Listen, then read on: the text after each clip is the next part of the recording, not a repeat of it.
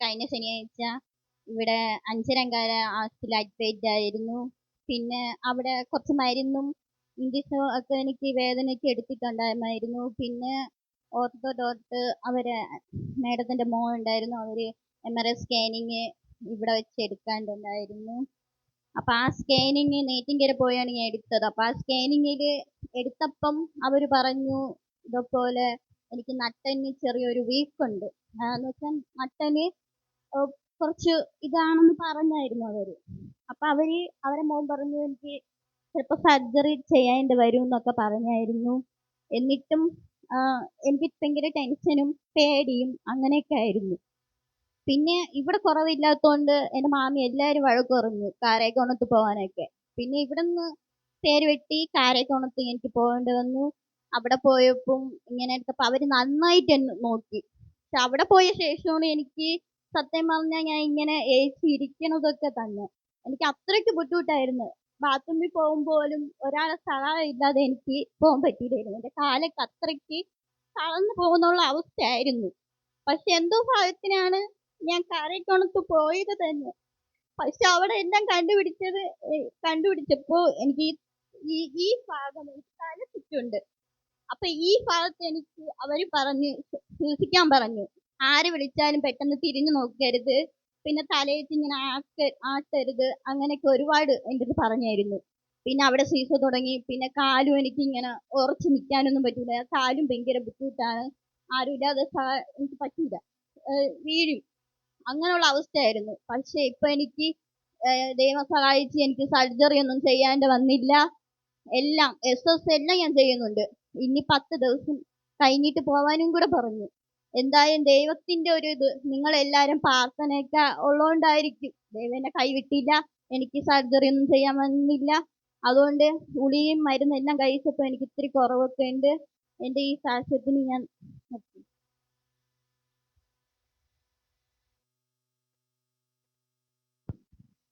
അവരുടെ സാക്ഷ്യം എല്ലാ സഭയെ കേട്ടല്ലോ. ഒരു ദിവസം പ്രാർത്ഥിക്കാം. പരിശുദ്ധ ദൈവമേ, സ്വർഗ്ഗീയ പിതാവേ, അനുഗ്രഹമേറിയ സമയത്തിൽ ഒരു സാക്ഷ്യം ദൈവസഭയിൽ നിന്ന് കേൾക്കുവാൻ തന്ന അവസരത്തിനായി സ്തുതിക്കുന്നു, സ്തോത്രം ചെയ്യുന്നു. ദൈവങ്ങളുടെ രോഗാവസ്ഥയിൽ ദൈവം കൂടെ ഇരുന്ന് കാത്തു പരിപാലിച്ച് യേശുവേ, അവരുടെ എല്ലാ നന്മകൾക്കും അടിസ്ഥാനമായിരിക്കുന്ന ക്രിസ്തുവിൽ ജീവിതം സമർപ്പിച്ചുകൊണ്ട് കർത്താവിൻ്റെ വരവരെയും വിശ്വസ്തയായിരിക്കാൻ പ്രിയമകളെ അങ്ങ് ഒരുക്കുമാറാകണമേ എന്ന് പ്രാർത്ഥിക്കുന്നു. സാക്ഷ്യത്തിൽ പങ്കാളിത്തം വഹിച്ച ഞങ്ങളെയും ദൈവകരങ്ങൾ സമർപ്പിച്ച് പ്രാർത്ഥിക്കുന്നു. സകലവും യേശുക്രിസ്തു നാമത്തിൽ തന്നെ. ആമേൻ. ദൈവനാമത്തിന് മഹത്വം ഉണ്ടാകട്ടെ. ഈ സമയം വചന ശുശ്രൂഷയ്ക്കായി ബ്രദർ ഗോഡ്വിനെ ക്ഷണിച്ചുകൊള്ളുന്നു.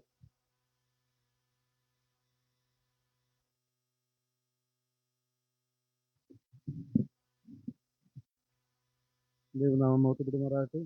നമുക്ക് ഒരു നിമിഷം പ്രാർത്ഥിക്കാം. നിങ്ങളെ ഏറ്റവും വാത്സല്യമായി സ്നേഹിക്കുന്ന നിങ്ങളുടെ വാഴ്ചപ്പെട്ട കർത്താവേ, നിങ്ങളുടെ വചനം സംസാരിക്കുവാൻ അടിയങ്ങളെ സഹായിക്കണമെന്ന് പ്രാർത്ഥിക്കുന്നു. സ്വർഗീയമായിട്ടുള്ള കാര്യങ്ങൾ സംസാരിക്കാൻ നിങ്ങൾ യോഗ്യരല്ല, എന്നാലും അടിയങ്ങളെ അടുത്ത് ഉപയോഗിക്കണമെന്ന് പ്രാർത്ഥിക്കുന്നു. ഇവിടെ ഇരിക്കുന്ന ഓരോരുത്തരും തിരുക്കരങ്ങൾ ഫലമേൽപ്പിക്കുന്നു. അവരെല്ലാം പരിശുദ്ധാത്മാവിൻ്റെ നിറവിലായിരിക്കാൻ സഹായിക്കണമെന്ന് പ്രാർത്ഥിക്കുന്നു. അടിയങ്ങളും പരിശുദ്ധാത്മാവിൻ്റെ നിറവിലായിരിക്കാൻ സഹായിക്കുന്നു. അടിയങ്ങൾക്കൊന്നും അറിയില്ല, എൻ്റെ ദൈവമേ, അടിയങ്ങളുടെ കൂടെ ഉണ്ടായിരിക്കണമെന്ന് പ്രാർത്ഥിക്കുന്നു. കേവലം യേശുക്രിസ്തുവിൻ്റെ നാമത്തിൽ ചോദിക്കുമ്പോൾ പ്രാർത്ഥന കേൾക്കണം തരവിലാകും.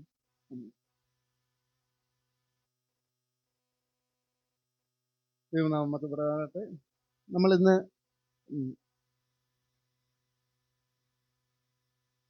എൻ്റെ നാക്കിലൊരു കടി പറ്റിയിട്ടുണ്ട് 2 ദിവസമായി. അപ്പം നാക്ക് ചിലപ്പോൾ കുഴഞ്ഞു പോകാനുള്ളൊരു സാധ്യതയുണ്ട്, കടി ആ വേദന വരുമ്പോൾ. അതുകൊണ്ട് നിങ്ങളത് സ്വയം ശ്രമിക്കണം എന്ന് ഞാൻ ആദ്യമേ പറഞ്ഞുകൊള്ളുന്നു.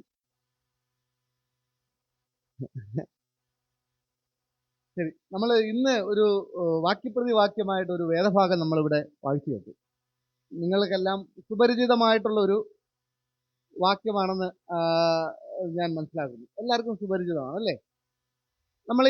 നമ്മൾ ലോകത്തിൽ നോക്കുകയാണെങ്കിൽ ആ വാക്യത്തിനെ ബേസ് ചെയ്തിട്ട് ഒരു ഒരു ഒരു ഒരു തത്വം തന്നെ ഇന്ന് നമുക്ക് ലോകത്തിൽ നിലനിൽക്കുന്നുണ്ട് അല്ലേ? എന്താണ് ആ തത്വം?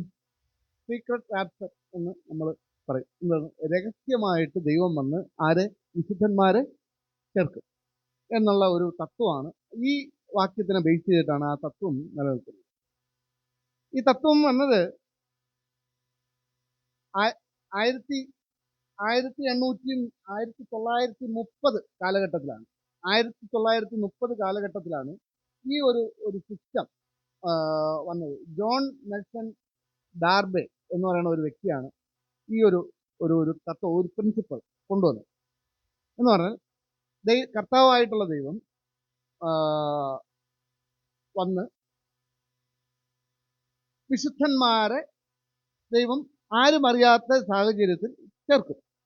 അപ്പം അതിൻ്റെ സാരാംശം എന്ന് പറഞ്ഞാൽ, ഒരു വിശുദ്ധനാണ് വിമാനം ഓട്ടിക്കുന്നതെങ്കിൽ ആ വിശുദ്ധനെ ദൈവം ആ വിമാനം ഓടിച്ചുകൊണ്ടിരിക്കുമ്പോൾ തന്നെ അങ്ങ് എടുക്കുമ്പോൾ വസ്ത്രമെല്ലാം ഇവിടെ ഉപേക്ഷിച്ചിട്ട് ആ വ്യക്തിയെ ദൈവം അങ്ങ് എടുക്കും. നമ്മൾ ഒരുപാട് യൂട്യൂബിലും ഇതിലുമൊക്കെ പലപ്പോഴും പലരും കണ്ടിട്ടുണ്ടായിരിക്കും ഇങ്ങനെയുള്ള ഒരു കാര്യം. ബസ് ഓടിച്ചുകൊണ്ടിരിക്കുന്ന ആൾ വിശുദ്ധനാണെങ്കിൽ അയാൾ ദൈവം അങ്ങ് എടുക്കും. അങ്ങനെ ഒരു പഠിപ്പിക്കൽ നമുക്ക് ഇന്ന് ലോകത്ത് നിലനിൽക്കുന്നുണ്ട്. അപ്പോൾ അത് പൊതുവിൽ പെന്തക്കോസ്ത് സഭാ വിഭാഗങ്ങളും പ്രൊട്ടസ്റ്റാന്റ് സഭാ വിഭാഗങ്ങളുമാണ് അത്തരത്തിലൊരു പഠിപ്പിക്കൽ ഇന്നിവിടെ നടത്തുന്നത്. അതിൽ എത്രത്തോളം വാസ്തവമുണ്ട് എന്നുള്ളതാണ് നമ്മൾ ഇന്ന് പരിശോധിക്കാൻ പോകുന്നത്. അത് സമയം വളരെ വിശാലമായിട്ട് സ്വർഗീയമായിട്ടുള്ള ഒരു കാര്യമാണ് നമ്മളിന്ന് ശരിക്കും നമ്മൾ പഠിക്കാൻ പോകുന്നത്. എല്ലാവരും പറയും ഞാൻ പ്രസംഗിക്കുകയല്ല പഠിപ്പിക്കുകയാണ്. ശരി, അങ്ങനെ ആയാലും കുഴപ്പമില്ല, നമുക്ക് കാര്യം മനസ്സിലായാൽ മതി. ഈ പ്രസംഗിക്കാൻ അറിഞ്ഞൂടാ, ശരിയാ. ഓക്കെ, നമ്മൾ അതുമായിട്ട് ബന്ധപ്പെട്ട് നമ്മൾ ആദ്യം നോക്കാൻ പോകുന്നത് ദാനിയേൽ 8-ാം അധ്യായം 14-ാമത്തെ വാക്യമാണ്. കുറച്ച് വാക്യങ്ങൾ വായിക്കാറുണ്ട്, പെട്ടെന്ന് വളരെ സ്പീഡിൽ വായിച്ചാൽ നമുക്ക് പെട്ടെന്ന് നിർത്താം. ഇത് എത്ര തീരുമെന്ന് എനിക്കറിയില്ല, എന്നാലും പെട്ടെന്ന് നിർത്താൻ നോക്കാം. പെട്ടെന്ന് വായിക്കണം. ദാനിയേൽ 8:14.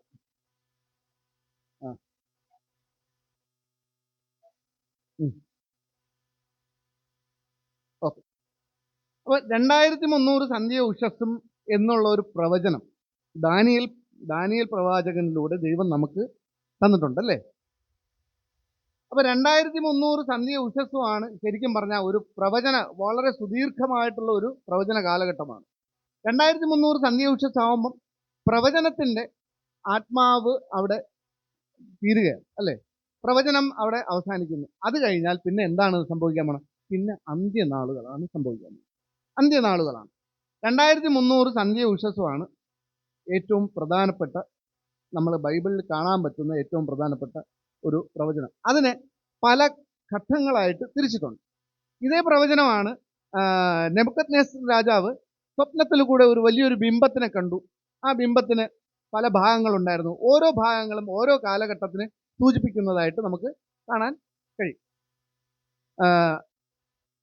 അതുപോലെ തന്നെ ആ ഒരു ടൈം പീരീഡ് 2300 സന്ധ്യ ഉഷസ്സും എന്നുള്ള ടൈം പീരീഡ് പല തരത്തിൽ ഡിവൈഡ് ചെയ്തിട്ടുണ്ട്. അതിൽ ആ ഡിവിഷന്റെ ഏറ്റവും അവസാനത്തെ ചെന്ന് നിൽക്കുന്നതാണ് 1844 എന്ന് പറയുന്ന ആ ഒരു ദിവസത്തിൽ. അപ്പൊ ഇതിന് തുടക്കം ഒരു ദിവസം ഉണ്ടായിരിക്കണം അല്ലേ.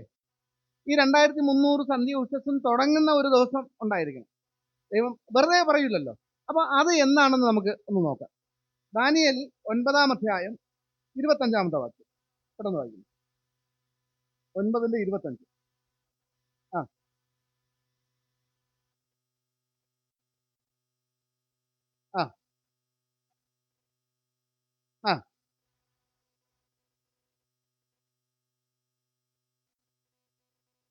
ശരി. യെരുശലേമിനെ പുതുക്കിപ്പണിയാൻ കൽപ്പന പുറപ്പെടുന്നത് മുതൽ. ശരി, യെരുശലേമിനെ എന്തിനാ പുതുക്കിപ്പണിയേണ്ടി വന്നത്? ബാബിലോൺ രാജാവായ നെബൂഖദ്നേസർ രാജാവ് യെരുശലേമിലുള്ള വിശ്വാസികളെ എന്ന് പറഞ്ഞാൽ ഇസ്രായേൽ ജനത്തിനെ അടിമകളായിട്ട് എവിടെ പിടിച്ചിട്ട് വന്നു? ബാബിലോണിൽ പിടിച്ചോണ്ട് വന്നു നെബൂഖദ്നേസർ രാജാവ്. അപ്പം അതുമുതൽ ആ ആലയം, യെരുശലേം ദേവാലയം ശൂന്യമാണ്. കാരണം എന്താ? അവിടെ ആരുമില്ല. ഉള്ളവരെ എല്ലാം നെബൂഖദ്നേസർ രാജാവ് ബാബിലോണിലോട്ട് അടിമകളായി പിടിച്ചുകൊണ്ട് വന്നു. ശൂന്യമായി കിടന്നുന്ന ഒരു സ്ഥലം. അവിടെയുള്ള പ്രധാനപ്പെട്ട പൊൻവെള്ളി പാത്രങ്ങളും ബാക്കിയുള്ള കാര്യങ്ങളെല്ലാം ആരെടുത്തിട്ട് വന്നു? നെബൂഖദ്നേസർ രാജാവ് തൻ്റെ ഭണ്ഡാരത്തിലോട്ട് ചേർക്കുന്നതിന് വേണ്ടി യെരുശലേം ദേവാലയത്തിൽ നിന്ന് എടുത്തിട്ട് വന്നു. അപ്പം ദേവാലയം ശൂന്യമാണ്, അവിടെ അറ്റകുറ്റപ്പണി. സ്വാഭാവികമായിട്ടും നമുക്കറിയാം, ഒരു വീട്ടിൽ നമ്മൾ ആരും താമസിക്കാതിരുന്ന കുറേ കാലം കഴിയുമ്പോൾ എന്ത് സംഭവിക്കും? അത് ഇടിഞ്ഞു പൊടിഞ്ഞ് ജീർണിച്ച് പോകുന്ന ഒരു അവസ്ഥയിലെത്തും. ഒരുപാട് കേടുപാടുകളും ഇതെല്ലാം സംഭവിക്കും. അതേ അവസ്ഥ തന്നെയാണ് എവിടെയും സംഭവിച്ചത്, യെരുശലേം ദേവാലയത്തിനും സംഭവിച്ചത്. അങ്ങനെ ആരുമില്ലാത്ത, ബലികർമാദികൾ നടക്കാത്ത ഒരു യെരുശലേം ദേവാലയം അന്ന് നിലവിലുണ്ട്. അപ്പൊ ആ ദേവാലയം പുതുക്കിപ്പണിയുന്നത് മുതൽ 2300 സന്ധ്യ ഉഷസ്സും 2300 സന്ധ്യ ഉഷസ്സും എന്ന് പറയുന്ന ആ ഡേറ്റ് നമുക്കറിയാം. ഒരു ദിവസത്തിന് ഒരു വർഷമായിട്ട് എന്ത് ചെയ്യണം, നമ്മൾ കാൽക്കുലേറ്റ് ചെയ്യണം പ്രവചനത്തിൽ. അങ്ങനെയാണ് നമ്മൾ അത് എല്ലാം നോക്കുന്നത്. അപ്പോൾ ഒരു വർഷം വെച്ച് കാൽക്കുലേറ്റ് ചെയ്യുമ്പം എന്നാണോ യെരുശലേം ദേവാലയം പുതുക്കിപ്പണിയുന്നതിനുള്ള കൽപ്പന പുറപ്പെടുവിക്കുന്നത്, അതുമുതൽ 2300 സന്ധ്യ ഉഷസ്സും തീരുന്നത് വരെയാണ് ഈ പ്രവചനത്തിന്റെ ദൈർഘ്യം. അപ്പൊ എന്നാണ് ആ കൽപ്പന പുറപ്പെട്ടത്? അത് എസ്രാ 7-ാം അധ്യായത്തിൽ നമ്മൾ വായിക്കുമ്പോൾ നമുക്കത് മനസ്സിലാവും. അപ്പൊ അതിനെ കാൽക്കുലേറ്റ് ചെയ്ത് നമ്മൾ പറയുന്നത് BC 457 ആ കൽപ്പന. അതിപ്പം വായിക്കണ്ട, അത് നിങ്ങൾ വീട്ടിൽ പോയിട്ട് വായിച്ചു നോക്കിയാൽ മതി. അത് കുറച്ച് അധികമുണ്ട്, നമുക്ക് സമയമില്ല ഇപ്പോൾ അത് അത്രയും വായിക്കും. അപ്പോൾ BC 457 അഗസ്തരോസ് രാജാവ്, അല്ലേ,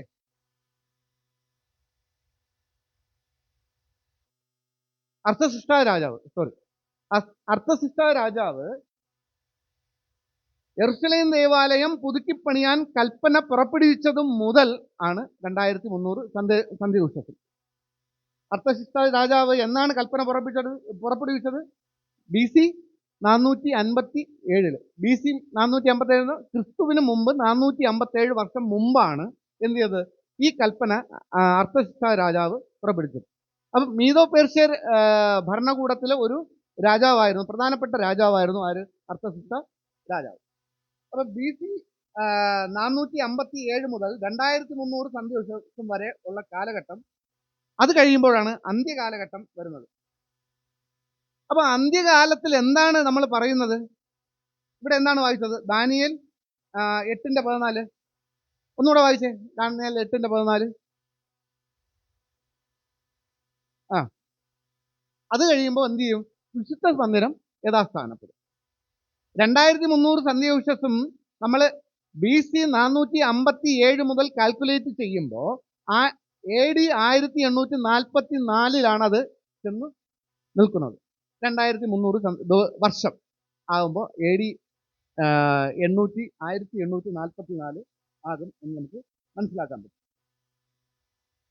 അപ്പൊ ഇവിടെ വേറെ കുറച്ച് കാര്യങ്ങൾ കൂടെ നമ്മൾ പഠിച്ചാൽ മാത്രമേ നമുക്ക് അതിൻ്റെ പൊരുൾ എന്താണെന്ന് നമുക്ക് മനസ്സിലാക്കാൻ പറ്റും.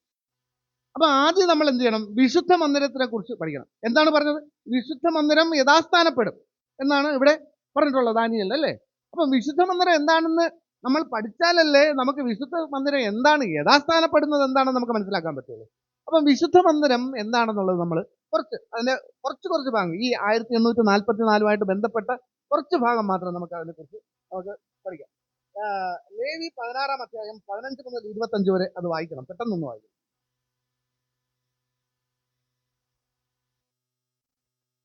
ലേവി പുസ്തകം 16-ാം അധ്യായം 15 മുതൽ 25 വരെ.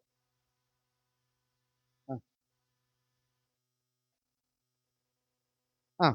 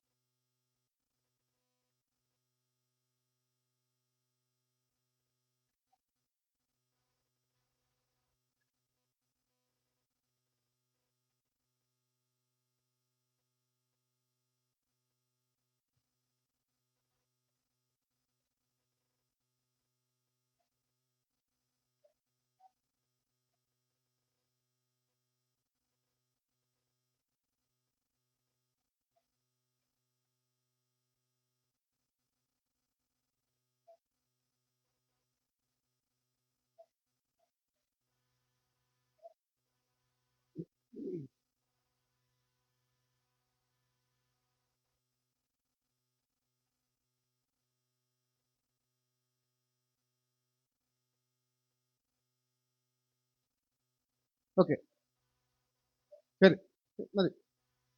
ഇവിടെ സമാഗമന ശുശ്രൂഷ എന്താണെന്ന് നമുക്ക് അറിയാം, നമുക്ക് പഠിച്ചിട്ടുള്ള കാര്യമാണ്. എന്താണ്? പഴയ യേശുക്രിസ്തുവിന്റെ മുമ്പുള്ള കാലഘട്ടത്തിൽ ഒരു വ്യക്തി ചെയ്യുന്ന പാപത്തിന്റെ പരിഹാരത്തിന് വേണ്ടി താൻ ചെയ്ത കുറ്റത്തിന് എത്രയാണോ അതിന്റെ മൂല്യം അതനുസരിച്ചിട്ടുള്ള ബലി അർപ്പിക്കണം. എവിടെ? സമാഗമന കൂടാരത്തിൽ അർപ്പിക്കണം. ആ ബലി എന്തിനെയാ സൂചിപ്പിക്കുന്നത്? ആ ബലി സൂചിപ്പിക്കുന്നത് യേശുക്രിസ്തുവിനെയാണ് ആ ബലി സൂചിപ്പിക്കുന്നത്. ഇത് നമുക്ക് അറിയാവുന്ന കാര്യമാണ്. പക്ഷേ വർഷത്തിൽ ഒരിക്കൽ നടക്കുന്ന വേറൊരു ശുശ്രൂഷയാണ് ഇവിടെ ഇപ്പം നമ്മൾ വായിച്ചത്. പാപപരിഹാര ദിവസത്തിൽ നടക്കുന്ന ഒരു ശുശ്രൂഷ. ഇവിടെ നേരത്തെ ബ്രദർ അനിൽ പറഞ്ഞതുപോലെ പാപപരിഹാര ദിവസത്തിൽ നമ്മൾ എന്ത് ചെയ്യണം? ആത്മതപനം ചെയ്തുകൊണ്ട് ഇരിക്കണം എന്നാണ്. എന്ന് പറഞ്ഞാൽ നമ്മൾ ശരിക്കും ദൈവവുമായിട്ടുള്ള ഒരു അടുത്ത ബന്ധത്തിൽ തന്നെ ആയിരിക്കണം എന്നാണ് ഇവിടെ നേരത്തെ പറഞ്ഞത്. അത് തന്നെയാണ്, നമ്മൾ ദൈവമായിട്ടുള്ള ഒരു അടുത്ത ബന്ധത്തിലായിരിക്കണം. എന്താ അവിടെ സംഭവിക്കുന്നത്? ഏത് ദിവസം? പാപപരിഹാര ദിവസം. പാപപരിഹാര ദിവസം സംഭവിക്കുന്നത് അന്ന് വരെ ചെയ്തിട്ടുള്ള ഇസ്രായേൽ ജനത്തിന്റെ മുഴുവൻ പാപങ്ങളും ആ പാപത്തിന്റെ കറ മുഴുവനുമായിട്ട് മഹാപുരോഹിതൻ ആരുടെ തലയിൽ കെട്ടിവെക്കും? അസസേൽ. 2 കോലാട്ട് കൊറ്റന്മാരുണ്ടായിരിക്കും. ഒരു കോലാട്ട് കൊറ്റൻ ദൈവത്തിന് വേണ്ടിയും ഒരു കോലാട്ട് കൊറ്റൻ ആർക്ക് വേണ്ടിയായിരിക്കും? പിശാചിന് വേണ്ടിയും ആയിരിക്കും. അതാണ് അസസേൽ എന്ന് പറയുന്നത്. അസസേൽ എന്ന് പറഞ്ഞാൽ പിശാചാണ്. പിശാചിന് വേണ്ടിയായിരിക്കും. അപ്പൊ ഈ പിശാചിന് വേണ്ടിയുള്ള ഈ കോലാട്ട് കൊറ്റന്റെ തലയിൽ എന്ത് ചെയ്യണം? ആ ഒരു വർഷം ഇസ്രായേൽ ജനം ചെയ്ത പാപങ്ങൾ മുഴുവനും ഈ ആട്ടുകൊറ്റന്റെ തലയിൽ കൈവച്ച് ആ ആട്ടുകൊറ്റന്റെ തലയിലാക്കിയിട്ട് ആ ആട്ടുകൊറ്റനെ എന്ത് ചെയ്യണം? മരുഭൂമിയിൽ കൊണ്ട് വിജനമായ സ്ഥലത്ത് തുറന്നു വിടണം. അപ്പൊ ഒരു വർഷത്തെ ആ ദേവാലയത്തിലുള്ള പാപം മുഴുവനും ശുദ്ധീകരിച്ച് അവിടെ വീണ്ടും പുതിയൊരു അവസ്ഥയിൽ എത്തിച്ചേർക്കുന്ന ഒരു ശുശ്രൂഷയാണ് പാപപരിഹാര ദിവസത്തിൽ അവിടെ നടക്കുന്നത്. അപ്പൊ ഇവിടെ നമ്മൾ മനസ്സിലാക്കാനുള്ള വേറൊരു കാര്യം, ഭൂമിയിൽ നടക്കുന്ന അതേ ശുശ്രൂഷയ്ക്ക് സ്വർഗത്തിൽ എന്തെങ്കിലും പങ്കുണ്ടോ എന്നുള്ളതാണ്. നമുക്ക് എബ്രായർ 8:5 ഒന്ന് വായിക്കണം.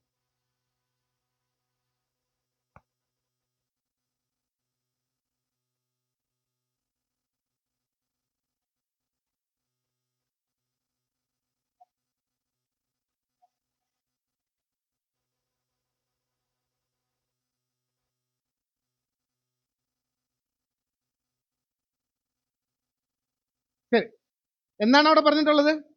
സ്വർഗീയത്തിന്റെ നിഴലും ദൃഷ്ടാന്തവും ആയുള്ളതിൽ ആര് ചെയ്തു? മോശ ശുശ്രൂഷ ചെയ്തു. അപ്പം ഈ സമാഗമന കൂടാരം എവിടെ ഉണ്ട്? സ്വർഗത്തിലുണ്ട്. സ്വർഗത്തിലുള്ളത് കൊണ്ടാണ് അതിന്റെ നിഴൽ എവിടെ കണ്ടത്? ഭൂമിയിൽ നമ്മൾ കണ്ടത്. അപ്പൊ ഇവിടുത്തെ ഈ ശുശ്രൂഷയെ പോലെ തന്നെ ആയിരിക്കും എവിടുത്തെ ശുശ്രൂഷയും സ്വർഗത്തിലുള്ള. അതാണല്ലോ ദൈവം പറഞ്ഞത്. സ്വർഗത്തിൽ എന്നല്ലേ? സ്വർഗത്തിലുള്ള സമാഗമന കൂടാരത്തിന്റെ നിഴലും മാതൃകയാണ് ഭൂമിയിൽ ദൈവം ചെയ്തു ഇസ്രായേൽ ജനത്തിന് കൊടുത്തത്. അപ്പോ ഈ ഇസ്രായേൽ ജനം ഒരു വർഷം ചെയ്യുന്ന പാപം വർഷത്തിന്റെ പാപപരിഹാര ദിവസത്തിൽ ഒരു ആട്ടിന്റെ തലയിൽ വച്ച് കെട്ടി, പിശാചിന്റെ തലയിൽ വച്ച് കെട്ടി അവനെ എവിടെ പറഞ്ഞു വിടും? മരുഭൂമിയിൽ പറഞ്ഞു വിടും, അല്ലേ? ഇവിടെ നമ്മൾ ഒരു കാര്യം മനസ്സിലാക്കാനുള്ളതെന്ന് പറയുന്നത്, ഇസ്രായേൽ ജനം സമാഗമന കൂടാരത്തിൽ പോയവർക്കാണ് എന്ത് കിട്ടിയത്? അവിടെ പാപമോചനം ലഭിച്ചത്. സമാഗമന കൂടാരത്തിൽ പോകാത്തവർക്ക് പാപമോചനം ലഭിക്കുമോ? ഇല്ല. അവരവിടെ ചെന്ന് എന്ത് ചെയ്യണം? ആത്മതപനം ചെയ്യണം, അല്ലേ? ആത്മതപനം ചെയ്യണം. അവര് ആ പാപപരിഹാര ദിവസം സമാഗമന കൂടാരത്തിൽ പോയി അവർ പുറത്തു നിന്ന് ആത്മതപനം, സ്വയം അവരുടെ കുറ്റങ്ങൾ അവർ ഏറ്റുപറഞ്ഞ് ദൈവത്തിനോട് മാപ്പ് ചോദിച്ചുകൊണ്ടേ ഇരിക്കണം. അവർ ചെയ്തു പോയ എല്ലാ പാപങ്ങളും, അവർ ചെയ്തു പോയ പാപങ്ങൾ, ഓരോ പാപം ചെയ്യുമ്പോഴും അവരെന്ത് ചെയ്യും? ഓരോ ബലി അർപ്പിച്ച് അവരുടെ പാപത്തിൽ നിന്നും വിടുതൽ അവർ പ്രാപിച്ചിരുന്നു എങ്കിലും അവർ പാപപരിഹാര ദിവസമാകുമ്പം വീണ്ടും ആ പാപങ്ങളെല്ലാം ഏറ്റുപറഞ്ഞ് ആത്മതപനം ചെയ്യണം. എന്ന് പാപപരിഹാര ദിവസം. അന്നാണ് എന്ത് ചെയ്യുന്നത്? അവരുടെ പാപങ്ങൾ മുഴുവനും പിശാചിന്റെ തലയിൽ കെട്ടിവെക്കുന്നത്. അതുവരെ പാപങ്ങളെല്ലാം സമാപന കൂടാരത്തിൽ ഇവരുടെ പാപങ്ങളെല്ലാം സമാഗമന കൂടാരത്തിലായിരുന്നു, തിരശീലയിലായിരുന്നു. തിരശീലായിരുന്ന പാപങ്ങൾ മുഴുവനും, ആ പാപക്കറ മുഴുവനും ആട്ടുകൊറ്റന്റെ തലയിൽ വച്ച് കിട്ടും. 1844 എന്താ സംഭവിക്കണത്? 1844 പ്രവചന കാലഘട്ടം കഴിയാണ്, അന്ത്യകാലമാണ്. അത് കഴിഞ്ഞ് നമ്മൾ എന്ത് ചെയ്യണം? നമ്മൾ ആത്മതപനം ചെയ്യേണ്ട ഒരു സമയമാണപ്പോൾ 1844 ശേഷം. നമ്മുടെ പാപങ്ങളെല്ലാം ക്രിസ്തുവിന്റെ അടുത്ത് പോയിട്ടുള്ളവരുടെ പാപങ്ങൾ മാത്രം, സമാഗമന കൂടാരത്തിൽ പോയവരുടെ പാപം മാത്രമേ അവിടെ എന്ത് ചെയ്തുള്ളൂ? മോചിച്ച് കിട്ടിയുള്ളൂ. അതുപോലെ തന്നെ ക്രിസ്തുവിന്റെ അടുത്ത് പോകുന്നവരുടെ പാപം, ക്രിസ്തു അവർ പാപം മോചിക്കുന്നതിന് വേണ്ടി എവിടെ? സമാഗമന കൂടാരത്തിൽ, അവരുടെ സമ്മേളനത്തിൽ, അവിടുത്തെ ജഡ്ജിമെന്റിൽ അവിടെ പങ്കെടുക്കുന്ന കാലഘട്ടമാണ് 1844 മുതൽ. ദാനിയേൽ 7:10 അതൊന്ന് വായിക്കുമ്പോൾ നമുക്കത് മനസ്സിലാവും. ദാനിയേൽ 7:10 വായിക്കും.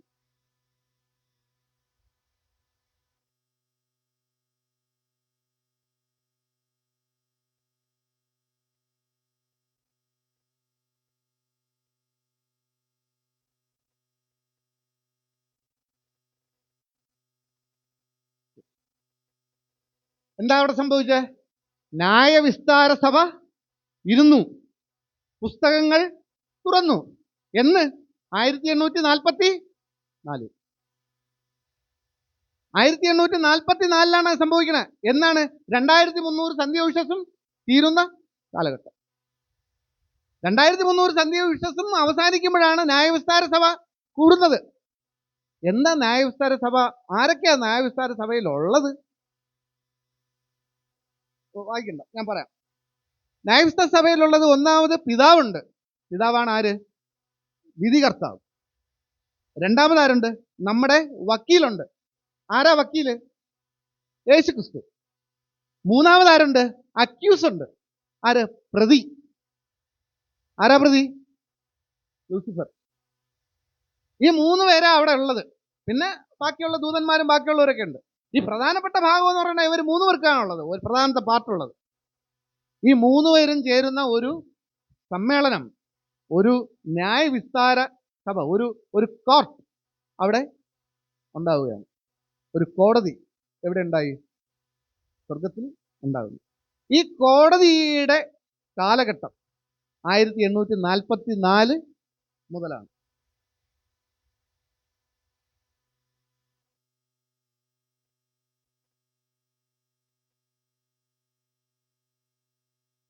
എബ്രായർ 9:11-12 ഇടന്നു വായിക്കുന്നു. എബ്രായർ 9:11-12. ആ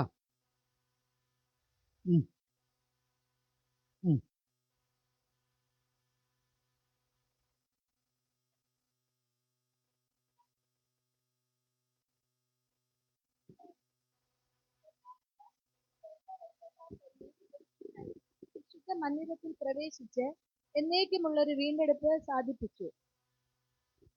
അപ്പൊ ഇവിടെ നമുക്ക് യേശുക്രിസ്തുവിൽ 2 പാർട്ട് കാണാൻ പറ്റും, ഇല്ലേ? യേശുക്രിസ്തു അവിടെ റോൾ ചെയ്യുന്ന 2 പാർട്ട്.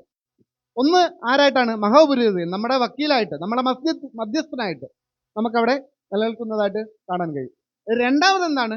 നമ്മുടെ വീണ്ടെടുപ്പുകാരനായിട്ടും അവിടെ നിൽക്കുന്നത് നമുക്ക് കാണാൻ പറ്റും, അല്ലേ? എങ്ങനെ വീണ്ടെടുപ്പുകാരനായി നിൽക്കുന്നത്? സ്വന്തം രക്തത്താലാണ് നമ്മളെ വീണ്ടെടുക്കുവാൻ വേണ്ടി അവിടെ യേശുക്രിസ്തു നിൽക്കുന്നത്, അല്ലേ? സ്വന്തം രക്തത്താലാണ് വീണ്ടെടുക്കാൻ നിൽക്കുന്നത്. എന്താ അങ്ങനെ വീണ്ടെടുക്കാൻ വേണ്ടി നിൽക്കേണ്ട കാരണം? എന്തുകൊണ്ടാ? നമ്മൾ ചെയ്തു പോയ പാപങ്ങളെല്ലാം നമ്മൾ എന്ത് ചെയ്തു? നമ്മുടെ പ്രാർത്ഥനയിൽ നമ്മൾ എന്ത് ചെയ്തു? യേശുക്രിസ്തുവിൻ്റെ അടുത്ത് പറഞ്ഞു, യാചിച്ചു. നമ്മൾ ചെയ്ത പാപങ്ങൾ അങ്ങ് ഏറ്റെടുക്കണമേ എന്ന് നമ്മൾ എന്ത് ചെയ്തു? യാചിച്ചു, അല്ലേ? നമ്മൾ യാചിച്ചപ്പോൾ യേശുക്രിസ്തു ഓൾറെഡി നമുക്ക് വേണ്ടി മരിച്ചു കഴിഞ്ഞു. പക്ഷേ യേശുക്രിസ്തുവിൻ്റെ അടുത്ത് പോകുന്നവർക്ക് മാത്രമേ എന്തുള്ളൂ? പാപമോചനം ഉള്ളൂ. അല്ലാത്തവർക്ക് പാപമോചനമില്ല, അല്ലേ?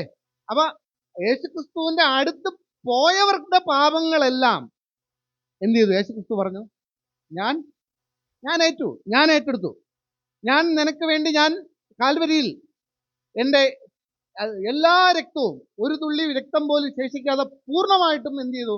നിനക്ക് വേണ്ടി ഞാൻ എന്ത് ചെയ്തു? സമർപ്പിച്ചിട്ടുണ്ട്. അതുകൊണ്ട് നീ പേടിക്കേണ്ട കാര്യമില്ല, ഞാൻ ഉണ്ട്. അവിടെ സാത്താൻ എന്തായിരിക്കും പറയണത്? മോശയുടെ ശരീരത്തിന് വേണ്ടി സാത്താൻ എന്താ പറഞ്ഞത്? അവൻ എൻ്റെ വകയാണെന്ന് പറഞ്ഞല്ലേ മോശയുടെ ശരീരത്തിന് വേണ്ടി സാത്താൻ. അപ്പം അവിടെ ദൈവം അവനെ ഓട്ടിച്ചു വിട്ടു അല്ലേ? ഓട്ടിച്ചു വിട്ടു. ഇത് തന്നെയാണ് അവിടെ സംഭവിക്കുന്നത്. നമ്മൾ ചെയ്തു പോയ ഓരോ തെറ്റുകളും നമ്മൾ ഏറ്റു പറഞ്ഞില്ല എങ്കിൽ ആ തെറ്റുകളെല്ലാം എന്ത് ചെയ്യും? സാത്താൻ അവിടെ വെച്ച് ചൂണ്ടിക്കാണിക്കും. ഇവൻ ഇന്ന പാപം ചെയ്തിട്ടുണ്ട്, രഹസ്യമായിട്ട് ആരും കാണാതെ ഇവൻ ഇന്ന പാപം ചെയ്തു, പക്ഷെ അത് ഞാൻ കണ്ടു, ഞാനാണ് അവനെ വിട്ട് അത് ചെയ്യിപ്പിച്ചത്. സാത്താൻ പറയും. നമ്മൾ ചെയ്യുന്ന രഹസ്യമായിട്ട് ചെയ്യുന്ന ഓരോ പാപങ്ങളും, പരസ്യമായിട്ടും രഹസ്യമായിട്ടും ചെയ്യുന്ന ഓരോ പാപങ്ങളും നമ്മൾ കർത്താവിൻ്റെ അടുത്ത് ഏറ്റു പറഞ്ഞില്ല എങ്കിൽ, അഥവാ നമ്മൾ കർത്താവിൻ്റെ അടുത്ത് ഏറ്റു പറഞ്ഞിട്ടുണ്ടെങ്കിൽ കർത്താവ് പറയും, ആ പാപം അവൻ എൻ്റെ അടുത്ത് ഏറ്റു പറഞ്ഞിട്ടുണ്ട്, അത് ഞാൻ അവന് വേണ്ടി ഞാൻ എന്ത് ചെയ്തു? ഞാൻ മരിച്ചിട്ടുണ്ട് എന്നാര് പറയും? യേശുക്രിസ്തു ഉറപ്പിച്ചു. അപ്പം അവിടെ യേശുക്രിസ്തു 2 പാർട്ടാണ് അവിടെ ചെയ്തത്. ഒന്നാമത്തെ പാർട്ട് എന്ത് ചെയ്യുന്നു? നമ്മളുടെ വക്കീലായി, നമ്മുടെ പുരോഹിതനായി. രണ്ടാമത് നമ്മളെ വീണ്ടെടുപ്പുകാരൻ. നമ്മളവിടെ സ്വർഗത്തിൽ യേശുക്രിസ്തുവിനെ നമുക്ക് കാണാൻ കഴിയും എന്നുള്ളതാണ്. 1 പത്രോസ് 4:17.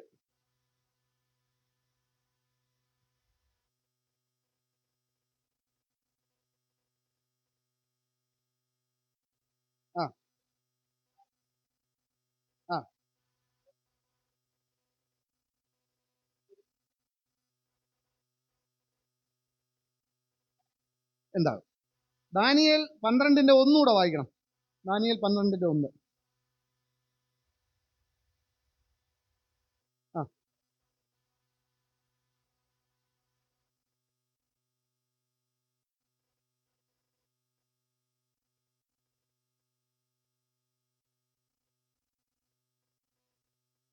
ശരി. ഏത് പുസ്തകമാ? ജീവന്റെ പുസ്തകം. ജീവന്റെ പുസ്തകത്തിൽ പേരെഴുതണമെങ്കിൽ എന്താ അതിന്റെ ക്രൈറ്റീരിയ? ക്രിസ്തുവിന്റെ അടുത്ത് നമ്മൾ പോയി നമ്മുടെ പാപങ്ങളെല്ലാം മോചിച്ച് നമ്മൾ പാപരഹിതരായിട്ടുള്ള ഒരു അവസ്ഥയിൽ മാത്രമേ എന്ത് ചെയ്യുള്ളൂ? ജീവന്റെ പുസ്തകത്തിൽ നമ്മളുടെ പേര് എഴുതുകയുള്ളൂ. ക്രിസ്തുവിനെ നമ്മൾ സ്വീകരിക്കുക എന്നുള്ളതാണ് ഏറ്റവും പ്രധാനപ്പെട്ട ഘടകം. എങ്ങനെ ക്രിസ്തുവിനെ സ്വീകരിക്കുക എന്ന് പറഞ്ഞാൽ എന്താ? നമ്മുടെ പാപത്തിന് പ്രായശ്ചിത്തമായിട്ട് ക്രിസ്തു മരിച്ചു എന്നും നമ്മൾ ക്രിസ്തുവിൻ്റെ അടുത്ത് പോകുമ്പോൾ നമ്മുടെ പാപങ്ങൾ മോചിച്ച് കിട്ടുമെന്നും നമ്മൾ അംഗീകരിക്കുന്ന സാഹചര്യം. ആ സാഹചര്യമാണ് ജീവന്റെ പുസ്തകത്തിൽ നമ്മുടെ പേരെഴുതുന്ന സാഹചര്യം. അപ്പം നമ്മളുടെ പേര് ജീവന്റെ പുസ്തകത്തിൽ എഴുതിക്കഴിഞ്ഞാൽ അടുത്ത പടി എന്ന് പറയുന്നത് 1844 സംഭവിച്ചത് എന്താണ്? ആദാം മുതൽ മരണപ്പെട്ടവർ മുതൽ ജീവനുള്ളവർ വരെയുള്ള ഒരു ന്യായവിധിയാണ് ഇവിടെ നടക്കുന്നത്, സ്വർഗത്തിൽ നടക്കുന്നത്. അപ്പം ന്യായവിധി നടക്കുമ്പോൾ സ്വാഭാവികമായിട്ടും നമ്മൾ ചോദിക്കും, അത് എല്ലാവർക്കും കൂടെയുള്ള ഒരു ന്യായവിധിയല്ലേ സാധാരണ നടത്തേണ്ടത് എന്നല്ലേ നമ്മൾ പഠിച്ചിട്ടുള്ളത് എന്നല്ലേ നമ്മൾ തോന്നാം. പക്ഷെ ഇവിടെ അതല്ല സംഭവം നടക്കുന്നത്. ഇവിടെ നടക്കുന്നത് ജീവന്റെ പുസ്തകത്തിൽ പേരെഴുതിയിട്ടുള്ളവരുടെ ന്യായവിധി മാത്രമാണ് ഇവിടെ നടക്കുന്നത്. അപ്പം ജീവന്റെ പുസ്തകത്തിൽ പേരെഴുതിയിട്ടുള്ളവർ എന്ന് പറയുമ്പോൾ ആത്മീക ഇസ്രായേലും ജഡീക ഇസ്രായേലും ഈ ലോകത്തിലുള്ള ദൈവത്തിനെ അംഗീകരിച്ച് ദൈവം പറഞ്ഞ ചട്ടപ്രകാരം ജീവിച്ചിട്ടുള്ള, ദൈവത്തിൻ്റെ ഇഷ്ടപ്രകാരം ജീവിച്ചിട്ടുള്ളവരുടെ പേരുകളാണ് ജീവന്റെ പുസ്തകത്തിൽ എഴുതിയിട്ടുള്ളത്. അത് എവിടെ നിന്നാണ് ന്യായവിധി തുടങ്ങുന്നത്? എവിടെ തുടങ്ങും? ആദാം മുതൽ, മരിച്ചവർ മുതലാണ് തുടങ്ങണേ. അപ്പൊ ആദ്യം മരിച്ച ആരാ? ആദാമല്ലേ? അപ്പൊ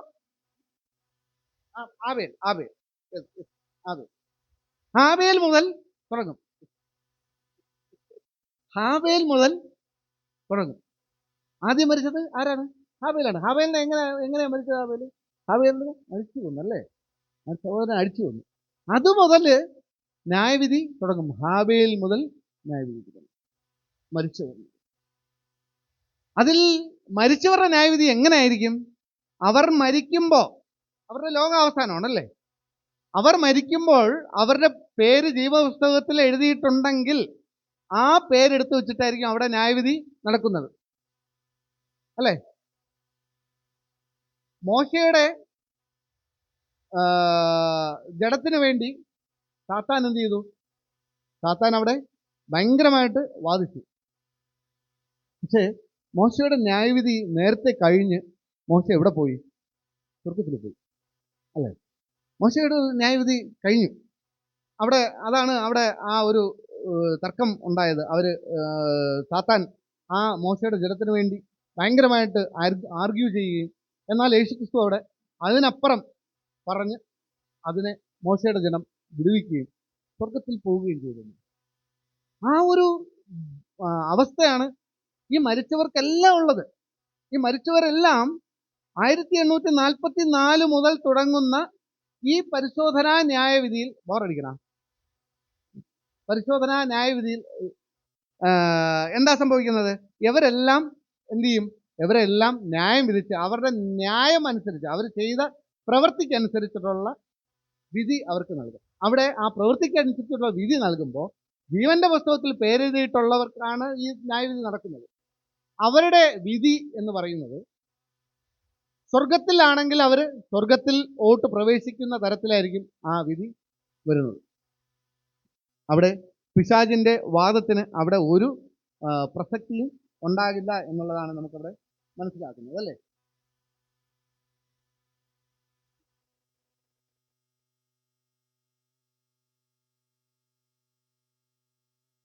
ലൂക്കോസ് എഴുതിയ സുവിശേഷം 10-ാം അധ്യായം 20, ഫിലിപ്പിയർ 4:3. ഇത് 3:1, ഇത് 2:1 വായിക്കുന്നു. ലൂക്കോസ് 10:20.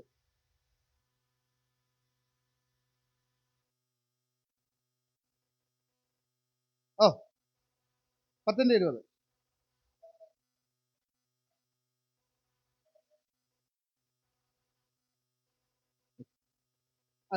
ഫിലിപ്പിയർ 4:3.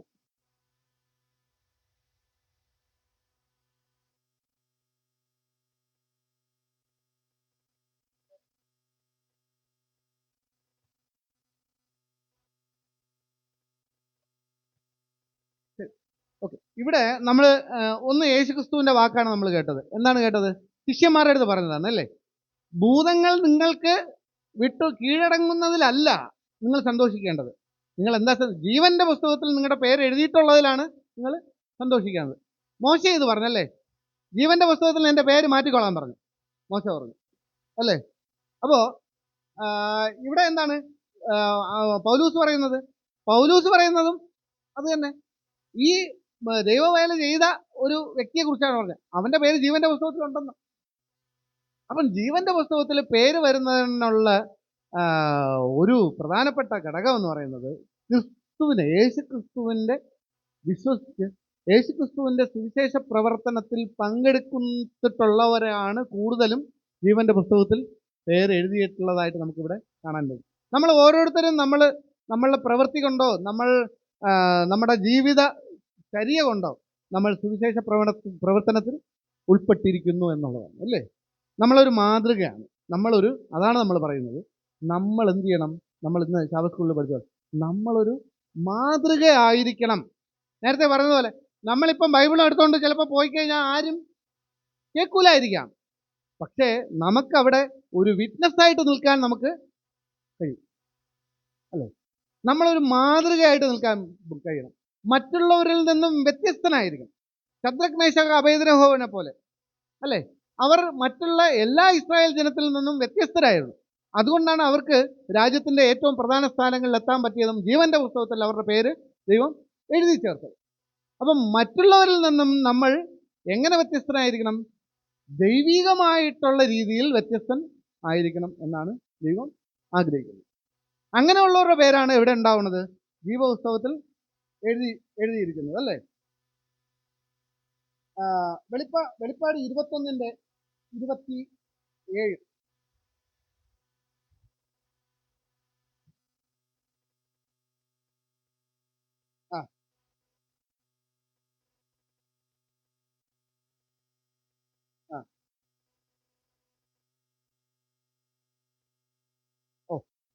ഇത് തന്നെ.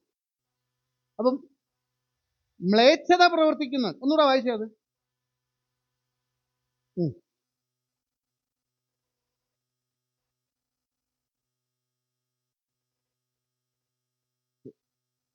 അപ്പം ജീവപുസ്തകത്തിൽ പേരെഴുതിയിട്ടുള്ളവർ ആരാണ്? മ്ലേച്ഛതയും ഫോഴ്സ്ക്കും ഇതൊന്നും ഇല്ലാത്തവരാണ് എവിടെയുള്ളത്? ജീവപുസ്തകത്തിൽ പേര് എഴുതിയിട്ടുള്ളവർ, അല്ലേ? അപ്പൊ അങ്ങനെയുള്ളവരുടെ ന്യായവിധിയാണ് 1844 മുതൽ നടന്നുകൊണ്ട് ഇരിക്കുന്നത്. അപ്പൊ ഇവിടെ നമ്മൾ നേരത്തെ വായിച്ച ഒരു ഭാഗമുണ്ട്, നേരത്തെ ഞാൻ പറഞ്ഞത്, അല്ലേ? എന്താണ് നേരത്തെ പറഞ്ഞത്? മത്തായി 24:40 മുതൽ നമ്മൾ നോക്കുമ്പോൾ അവിടെ രണ്ടുപേർ ഒരു തിരികല്ലിൽ പൊടിച്ചുകൊണ്ടിരിക്കും. ഒരാളെ എടുക്കും, ഒരാളെ വെക്കും. രണ്ടുപേർ ഒരു കട്ടിലായിരിക്കും, ഒരാളെ എടുക്കും, ഒരാളെ വെക്കും.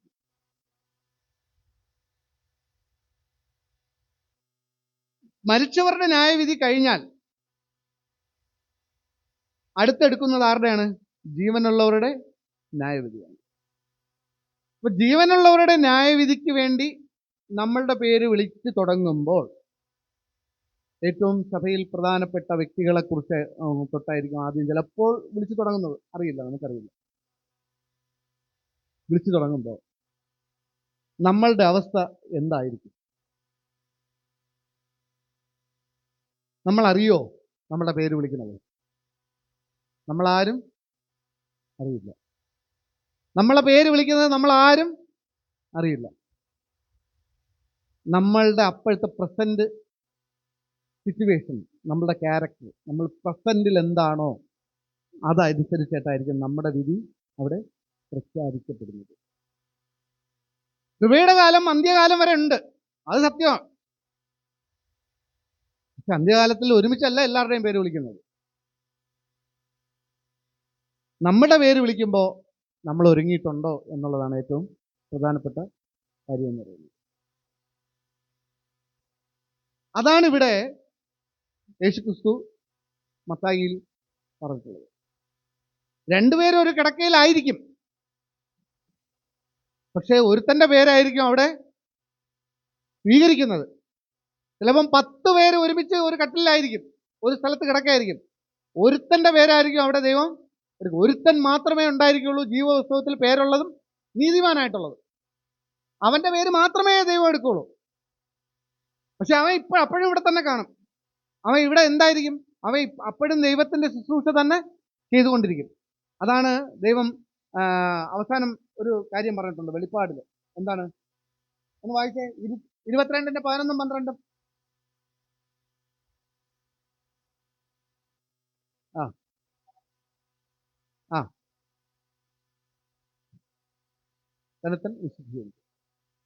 ജീവന്റെ പുസ്തകത്തിൽ പേരെഴുതിയിട്ടുള്ളവനെ അവന്റെ ന്യായവിധി സമയത്ത് എന്ത് ചെയ്യും? ദൈവം അവനെ ജീവന്റെ പുസ്തകം, അവൻ സ്വർഗീയ വാസിയാണെന്ന് അവന്റെ പേര് കുത്തി അവനെ നീതീകരിച്ച് അവനെ സ്വർഗത്തിൽ അവൻ ആയിരിക്കുവാനുള്ള സാഹചര്യം ആർക്ക് കൊടുക്കും? ഈ വ്യക്തിക്ക് കൊടുക്കും. അവൻ അപ്പോഴേ ഈ ഭൂമിയിൽ തന്നെ കാണും. പക്ഷെ അവൻ എന്ത് ചെയ്യില്ല, പിന്നെ അവൻ പാപം ചെയ്യില്ല. പാപമില്ലാത്ത അവസ്ഥയിലായിരിക്കും, പിന്നെ അവൻ പാപം ചെയ്യാത്ത ഒരു അവസ്ഥയിലായിരിക്കും അവനിവിടെ ജീവിക്കുന്നത്. അപ്പം അങ്ങനെ ഒരു പേര്, അങ്ങനെ നമ്മളുടെ പേര് വിളിക്കുമ്പോൾ നമ്മളുടെ പേര് എടുക്കണമെങ്കിൽ നമ്മൾ പാപത്തിനെ മുഴുവനും അതിജീവിച്ച ഒരു വ്യക്തി ആയിരിക്കണം, അല്ലേ? നമ്മളുടെ ഇഷ്ടങ്ങൾ, നമ്മളുടെ ആഗ്രഹങ്ങൾ, നമ്മളുടെ മോഹങ്ങൾ, ഇതെല്ലാം നമ്മൾ ഉപേക്ഷിച്ചിട്ട് ഉള്ള ഒരു സാഹചര്യത്തിലായിരിക്കണം എന്ത് ചെയ്യാൻ നമ്മൾ ആയിരിക്കേണ്ടത്. ആ സാഹചര്യത്തിലാകുമ്പോഴാണ് നമ്മുടെ പേര് ദൈവം സ്വീകരിക്കുന്നത്, ജീവപുസ്തകത്തിൽ എഴുതുന്നത്. പക്ഷേ ജീവന്റെ പുസ്തകത്തിൽ പേരെഴുതിയിട്ടില്ല എങ്കിൽ അവൻ വീണ്ടും മ്ലേച്ഛത തന്നെ പ്രവർത്തിച്ചുകൊണ്ടേ ഇരിക്കും. അവൻ്റെ മ്ലേച്ഛതയിൽ നിന്ന് അവന് ഒരിക്കലും എന്ത് ചെയ്യുന്നുണ്ടാവില്ല, അവന് മോചനം ഉണ്ടാവില്ല. പിന്നെ ഒരിക്കലും അവനൊരു മാനസാന്തരം ഉണ്ടാവില്ല. പരിശുദ്ധാത്മാവിൻ്റെ പ്രവർത്തനം പിന്നെ അവനിൽ ഉണ്ടാവില്ല. അവൻ മാനസാന്തരപ്പെടില്ല. അവന് പിന്നെ ഒരിക്കലും സ്വർഗത്തിൽ പോകാൻ കഴിയില്ല.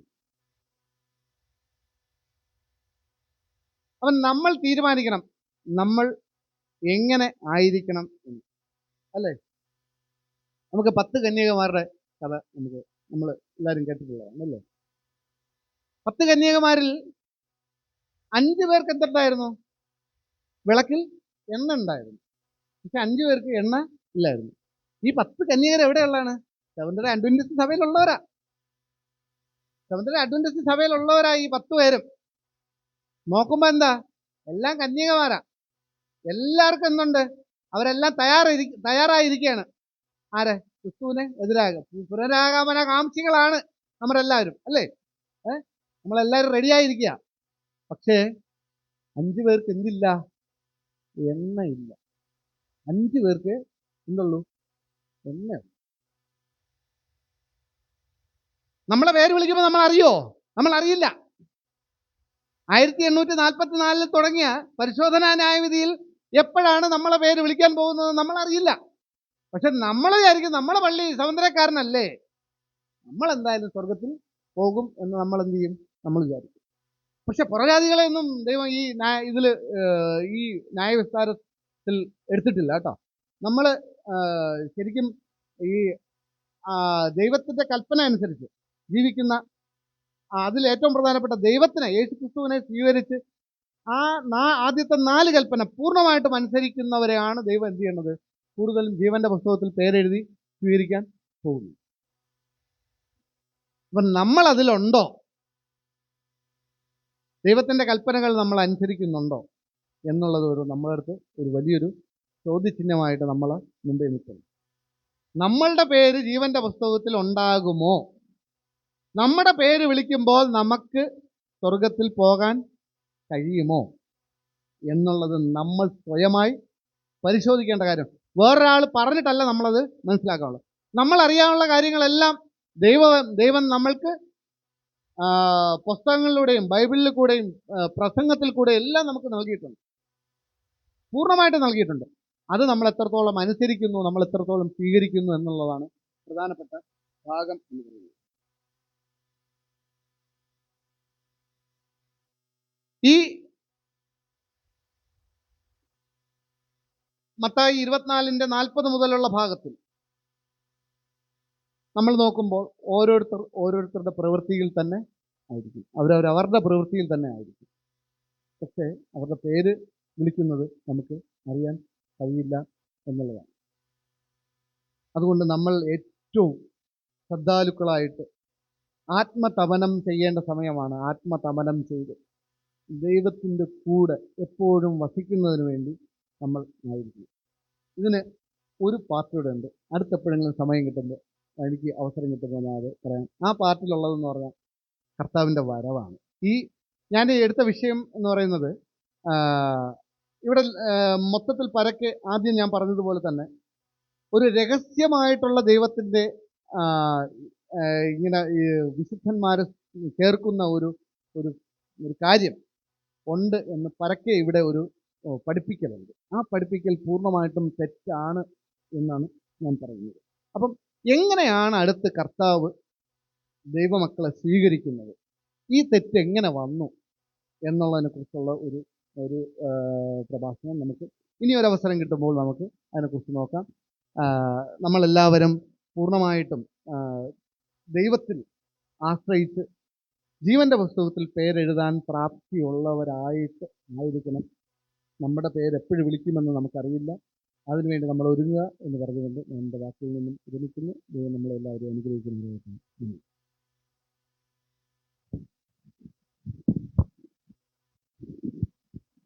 ദൈവനാമത്തിന് മഹത്വം ഉണ്ടാകട്ടെ. വളരെ പ്രത്യാശപരമായ ഒരു ദൈവജനം നമ്മുടെ ജീവിതങ്ങളിൽ കർത്താവായ യേശു ക്രിസ്തു ഇടപെട്ടത് മുഖാന്തരം നമുക്ക് ലഭിച്ചതായ പാപമോചനവും അത് ആ പാപമോചനത്തിൻ്റെ പൂർണ്ണതയിൽ നാം ആയിരിക്കുന്നു എന്നതിനെക്കുറിച്ച് ഇന്ന് ശോധന ചെയ്യുവാനുള്ളതായ അവസരം, ജീവൻ്റെ പുസ്തകത്തിൽ പേർ ചേർക്കപ്പെട്ടിട്ടുണ്ട് എന്നുള്ളതായ ആ വിശ്വാസത എല്ലാം നമുക്ക് കൈവരിക്കുവാൻ ഈ പ്രത്യാശപരമായ വചനത്തിലൂടെ ദൈവം നമുക്ക് അവസരങ്ങൾ നൽകിയിരിക്കുകയാണ്. ഇതിനെ സംസാരിക്കാൻ അതിനുവേണ്ടി പ്രത്യേക നന്ദി അർപ്പിക്കുന്നു.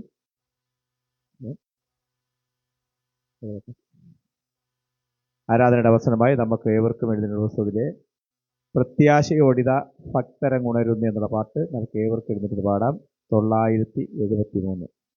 ശേഷം ആരാധനയുടെ അവസരമായി നമുക്ക് ജോൺ കുട്ടി സാറുമായി പ്രാർത്ഥിച്ച് ആരാധന അവസാനിപ്പിക്കാം.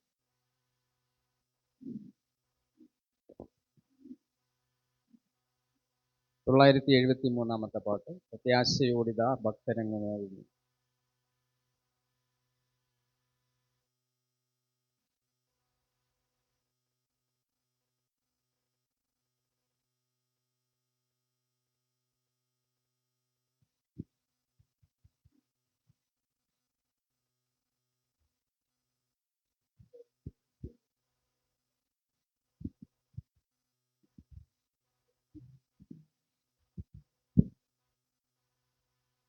പ്രത്യാശയോടിതാ ഭക്തരങ്ങുണരുന്നേ, വന്നുദിക്കും പൊന്നുഷസേ ഓർക്കും തോറും രമ്യം. വന്നുദിക്കും പൊന്നുഷസേ ഓർക്കും തോറും രമ്യം. ലക്ഷ്യമെല്ലാം കാണുന്നല്ലോ കർത്തൻ തൻ വരവിൽ. ലക്ഷ്യമെല്ലാം കാണുന്നല്ലോ കർത്തൻ തൻ വരവിൽ. നിത്യമായ രക്ഷയെ തൻ പക്ഷമായി നൽകിയിടും. നിത്യമായ രക്ഷയെ തൻ പക്ഷമായി നൽകിയിടും. ലക്ഷ്യത്തിൽ സുന്ദരൻ അക്ഷയനാം ക്ഷണത്തിൽ നമ്മെ അക്ഷയരാക്കിയിടും. എത്രയും ക്ഷണത്തിൽ നമ്മെ അക്ഷയരാക്കിയിടും. രാജനേശു വന്നിടും, നീ ഒരുങ്ങിയിട്ടുണ്ടോ? രാജനേശു വന്നിടും, നീ ഒരുങ്ങിയിട്ടുണ്ടോ? നാളുതോറും നീ അവന്റെ സാക്ഷിയാകുന്നുണ്ടോ? നാളുതോറും നീ അവന്റെ സാക്ഷിയാകുന്നുണ്ടോ? മൽപ്രിയ സോദരനെ, നിനക്കു വേണ്ടി താൻ സഹിച്ച കഷ്ടതയിൻ പങ്ക് ഇന്നു നീ വഹിക്കുന്നുണ്ടോ? കഷ്ടതയിൻ പങ്ക് ഇന്നു നീ വഹിക്കുന്നുണ്ടോ? എണ്ണയുണ്ടോ നിൻ വിളക്കിൽ, നീ ഒരുങ്ങിയിട്ടുണ്ടോ? എണ്ണയുണ്ടോ നിൻ വിളക്കിൽ, നീ ഒരുങ്ങിയിട്ടുണ്ടോ? നിർമ്മലമാം നീതി വസ്ത്രം നീ ധരിച്ചിട്ടുണ്ടോ? നിർമ്മലമാം നീതി വസ്ത്രം നീ ധരിച്ചിട്ടുണ്ടോ? സ്നേഹത്തിനാഴവും നീളമതിൻ വീതിയും ത്യാഗവും സമ്പൂർണതയും നീ ഗ്രഹിച്ചിട്ടുണ്ടോ? ത്യാഗവും സമ്പൂർണതയും നീ ഗ്രഹിച്ചിട്ടുണ്ടോ? പാരിലാരും പാടിടാത്ത പാട്ടു നമ്മൾ പാടും. പാരിലാരും പാടിടാത്ത പാട്ടു നമ്മൾ പാടും.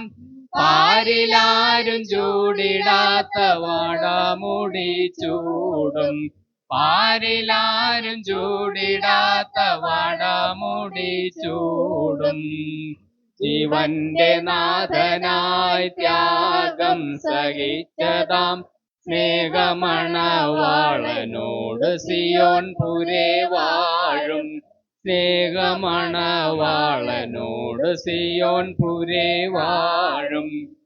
പ്രത്യാശയോടിതാ ഭക്തരങ്ങുണരുന്നേ, വന്നുദിക്കും പൊന്നുഷസേ ഓർക്കും തോറും രമ്യം. വന്നുദിക്കും ഓർക്കും തോറും രമ്യം.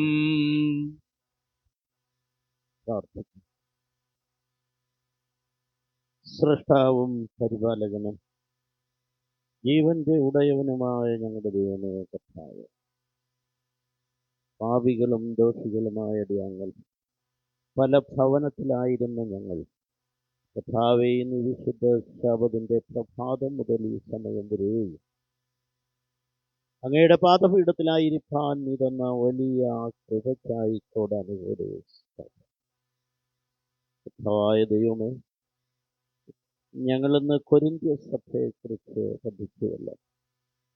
പൗലോസിൻ്റെ ജീവിതത്തിൽ താൻ അനുഭവിച്ച കഷ്ടതകളും കർത്താവെ തുടക്കം മുതൽ അവസാനം വരെയും തൻ്റെ ജീവിതത്തിൽ താൻ കർത്താവെ തൻ്റെ ജീവിതത്തെ പൂർണ്ണമായി കർത്താവിൽ സമർപ്പിച്ചുകൊണ്ട് അവസാനം വരെയും പോരാടി നിൽപ്പാൻ മരണത്തിൽ തന്നെ ഒരു പ്രത്യാശയോടുകൂടെ ജീവിച്ച ഒരു മനുഷ്യനെക്കുറിച്ച് ഞങ്ങൾ പഠിക്കുകയല്ലോ. കർത്താവേ, അതുപോലെ തൻ്റെ മരണത്തിൽ താൻ പറഞ്ഞതായ ഒരു വ്യക്തിയെക്കുറിച്ച് ഞങ്ങൾ ഓർക്കുന്നില്ല ബൈബിളിൽ. ഞാൻ ഓടി ഓട്ടം തികച്ചു, വിശ്വാസം കാത്തു, ഇനി നീതിയുടെ കിരീടം എനിക്കായി വച്ചിരിക്കുന്നു എന്ന്. അതെനിക്ക് മാത്രമല്ല, കർത്താവായ യേശുക്രിസ്തുവിൽ പ്രത്യാശ വയ്ക്കുന്ന ഓരോരുത്തർക്കും ലഭിക്കുമെന്ന് ഞങ്ങൾക്ക് പൂർണ്ണമായൊരു അഷ്വറൻസ് തന്ന് ഞങ്ങളെ വിട്ട് പിരിഞ്ഞുപോയി നല്ല പ്രബോധനങ്ങൾ ഞങ്ങൾക്ക് നൽകിയ പൗലോസിനെ കുറിച്ചാണല്ലോ ഇവിടെ ഞങ്ങൾ പഠിക്കുന്നത്. അത് ഞങ്ങളുടെ ജീവിതവുമായി ഞങ്ങൾ താരതമ്യം ചെയ്യുമ്പോൾ കർത്താവെ, എത്രമാത്രമാണ് ഞങ്ങൾ ഞങ്ങളുടെ ജീവിതത്തെ കർത്താവിലേക്ക് സമർപ്പിക്കുന്നു എന്ന് ഞങ്ങൾ ഓരോരുത്തരും ഞങ്ങളുടെ ജീവിതത്തെ അസസ് ചെയ്യുവാൻ നീ ഞങ്ങളെ ഒരുക്കണമേ എന്ന് പ്രാർത്ഥിക്കുന്നു. മനോഹരമായ പാഠഭാഗങ്ങൾ എന്ന് പഠിപ്പിച്ചതായ ഓരോരുത്തരെയും തിരുസന്നിധിയിൽ ഓർക്കുന്നു കർത്താവേ. ഞങ്ങളെ എല്ലാവരെയും അനുഗ്രഹിക്കണം കർത്താവ്. ഇവിടെ കൂടിയിരിക്കുന്ന എല്ലാവരെയും അവിടുത്തെ കൃപ കൊണ്ട് നിറയ്ക്കണമെന്ന് പ്രാർത്ഥിക്കുന്നു. ഞങ്ങളൊന്നുമല്ലപ്പാ, ഞങ്ങൾ തിരുവചനത്തിൽ തന്നെ ഞങ്ങളൊന്നുമല്ല, എങ്കിലുമോ പൂർണ്ണമായി ഞങ്ങളെ ആക്കി തീർക്കണമേ എന്ന് പ്രാർത്ഥിക്കുന്നു. അപ്പാ, ഞങ്ങളുടെ ജീവിതം ദൈനംദിനം ഞങ്ങൾ ഈ ഭൂമിയിൽ കർത്താവേ ഞങ്ങളുടെ ജീവിതത്തിനായി നെട്ടോട്ടം ഓടുമ്പോൾ കർത്താവിൻ്റെ വചനത്തെയും പൂർണ്ണമായി ഞങ്ങൾ ശിരസാ വഹിച്ചുകൊണ്ട് ജീവിക്കാൻ നീ ഞങ്ങളെ ഒരുക്കണമേ എന്ന് പ്രാർത്ഥിക്കുന്നു. ഇന്ന് ശാബ സ്കൂളിൽ ഭാരവാഹിത്വം വഹിച്ച ഓരോരുത്തരെയും തിരുസന്നിധിയിൽ ഓർക്കുന്ന കർത്താവ് അവിടെ നിന്ന് അനുഗ്രഹിക്കണം. അതുപോലെ തന്നെ ഞങ്ങൾക്ക് നല്ലൊരു ശുശ്രൂഷ തന്നതായ പ്രിയ ദേവദാസനെ ഓർത്ത് പ്രാർത്ഥിക്കുന്നു, അവിടെ നിന്ന് അനുഗ്രഹിക്കുന്നു. അതുപോലെ ഇന്ന് ഞങ്ങളൊരു സാക്ഷ്യം ശ്രവിച്ചു കർത്താവേ, ആ പ്രിയ സഹോദരി അത്ഭുതകരമായി ദൈവം വിടുവിച്ച ആ വലിയ കൃപയ്ക്കായി കോടാനുകോടി സ്തോത്രം. സഭാമൂപ്പൻ്റെ കുടുംബത്തെക്കുറിച്ച് ഞങ്ങൾക്ക് വീണ്ടും ഓർക്കുവാൻ സാധിച്ചു. താൻ കാരണം ഈ ദേശത്ത് ഒരു നല്ല സഭ ഉണരുവാൻ ദൈവം ഇടയാക്കിയ വലിയ കൃപയ്ക്കായി കോടാനുകോടി സ്തോത്രം. തന്നോടുകൂടെ പലരും ഈ ദേശത്ത് കർത്താവിനെ വചനം സ്വീകരിച്ചു എങ്കിലും വിശ്വസ്തയോടെ ഇന്നും നിലനിൽപ്പാൻ ആ കുടുംബത്തെ നിർത്തിയ വലിയ കൃപയ്ക്കായി കോടാനുകോടി സ്തോത്രം. കർത്താവേ, ഇതുപോലെ ഞങ്ങൾ ഞങ്ങളുടെ പാസ്റ്ററോട്ട് പ്രാർത്ഥിക്കുന്നു. അദ്ദേഹമായിരിക്കുന്ന സ്ഥലത്ത് ദൈവത്തിൻ്റെ കൃപയുണ്ടാകണം. ഞങ്ങളുടെ എല്ലാ വിശ്വാസ കുടുംബങ്ങളെയും തിരുസന്നിധിയിൽ ഓർക്കുന്നു. ഞങ്ങൾ പിന്മാറിപ്പോകാതെ ദൈവത്തിൻ്റെ വചനത്തിൽ ഉറച്ചു നിൽപ്പാൻ ഞങ്ങളെ ഒരുക്കണമേ എന്ന് പ്രാർത്ഥിക്കുന്നു. ഞങ്ങൾക്ക് വിശേഷിച്ചും ഇന്ന് ഞങ്ങൾക്ക് പ്രാർത്ഥിപ്പാനുള്ളത് വരുവാനുള്ള ഞങ്ങളുടെ കൺവെൻഷനെ കുറിച്ചാണ്. കൺവെൻഷന് മുൻപായുള്ള അവസാനത്തെ ശബദാണല്ലോ അപ്പാ.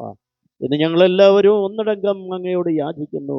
ഈ കൺവെൻഷൻ ഭംഗിയും ചിട്ടയുമായി നടത്തുവാൻ ദൈവത്തിൻ്റെ കൃപയുണ്ടാകണം.